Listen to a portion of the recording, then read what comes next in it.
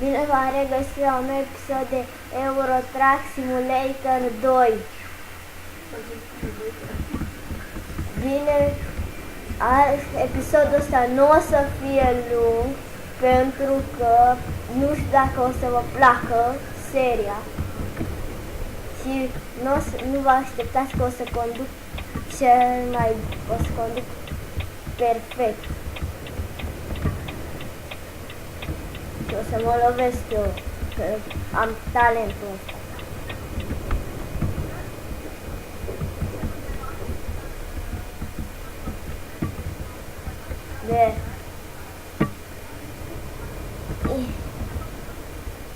Nu știu dacă o să vă placă seria, că eu o să fac episoade, îmi place jocul, am dat bani pe el, vreau să-l joc.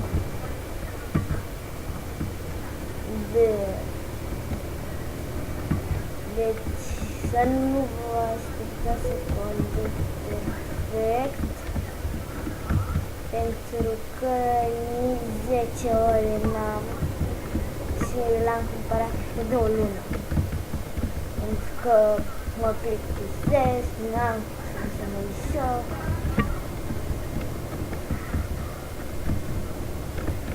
N-am niciun prieten care are Euro Truck.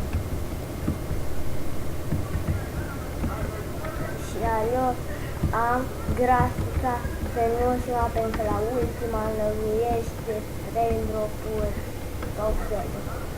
Și mult băgâit. Deci, cred că mine nu v-aș lua-o. Nu știu, am alepine laptopurile voastre, PC-urile, că mă joc de pe laptop. Și ăsta o să fie videoclip, pentru că eu n-am postat absolut nimica. Mi-au venit căștile și mi-am cumpărat niște căști și mi-au venit și nu am avut. De fapt am încercat să filmez, dar Action-ul face frițe, pentru că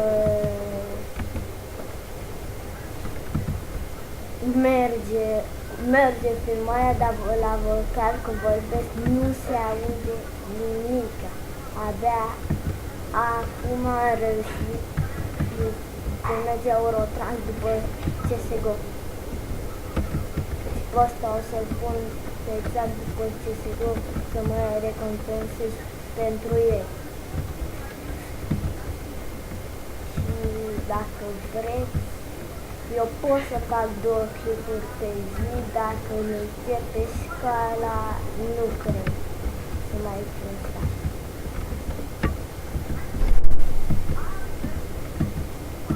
Pentru că dacă iau noastre bune, poate iau piscine mai bun.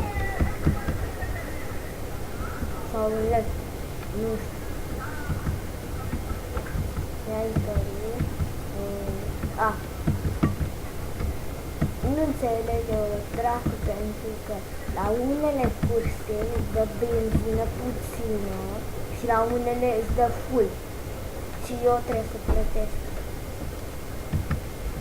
Pe Euro Truck o să vă răspund, să-mi dați cerere, să-mi dă Kimber.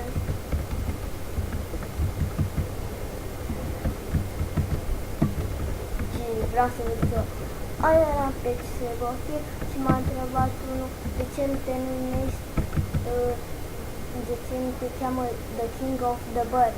Dar eu ziceam, eu sunt rege pasării, nu sunt rege păsărilor. Și am spus să mă jure, pentru că mai bine explica el și am spus că nu.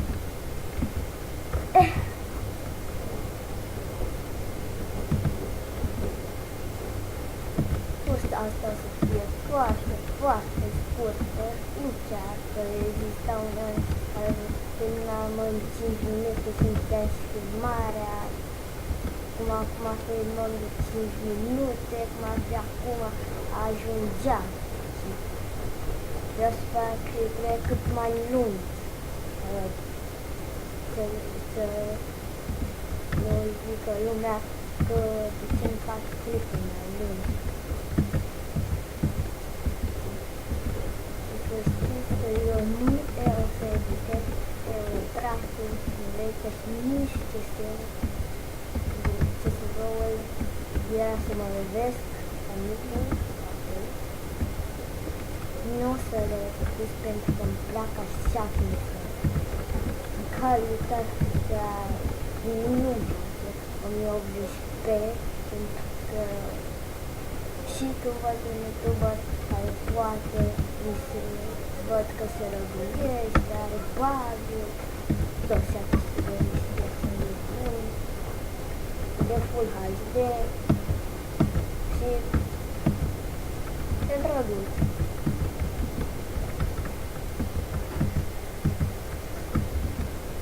Și poate dacă strângem,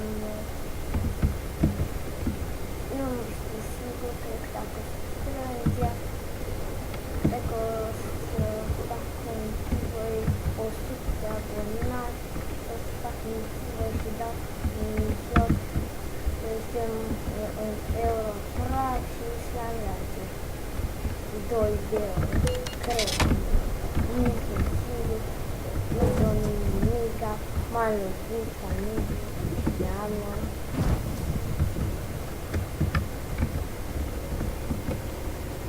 Din păcate nu vesc, la minus 10 ore în joc, pentru că te plictisești și faci greu.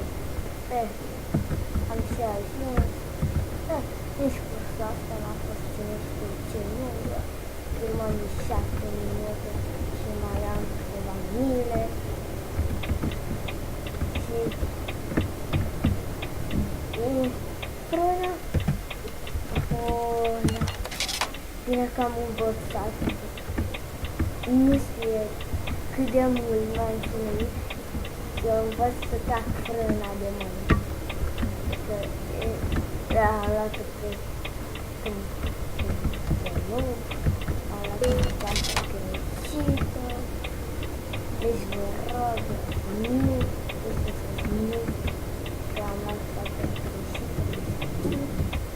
Cred asta, dar nu am uitat ca ori. Trebuie să dăm F7, Enter. Și ăsta nu e tirul meu în garaj.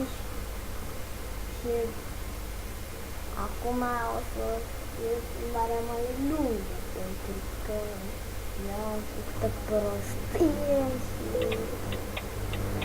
greu fac, o să trebuie să fac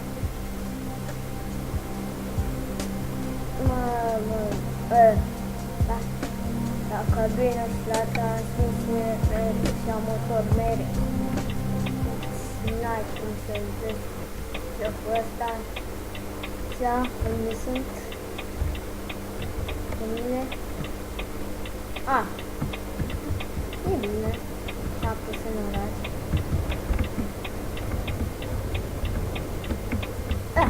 M-am pus aici. Îmi place. Dați că iese tot de nu știu. Ați văzut cum a făcut eu? Nu știu. Fac așa.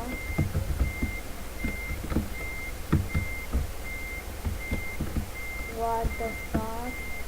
Ce mișcă?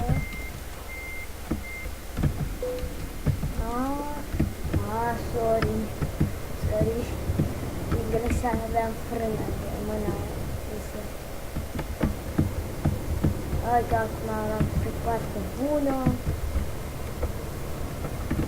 Plecăm. Să nu știu dacă vezi un vlog. Da, să nu știu. O să fac. Mie lene să mai pe egalitate. Am primit o astăpare. Uitați câte puncte am primit. Sunt cel mai tare. Da. Cam asta mai asta vă arăt stilul meu, că nu am 500 prin nu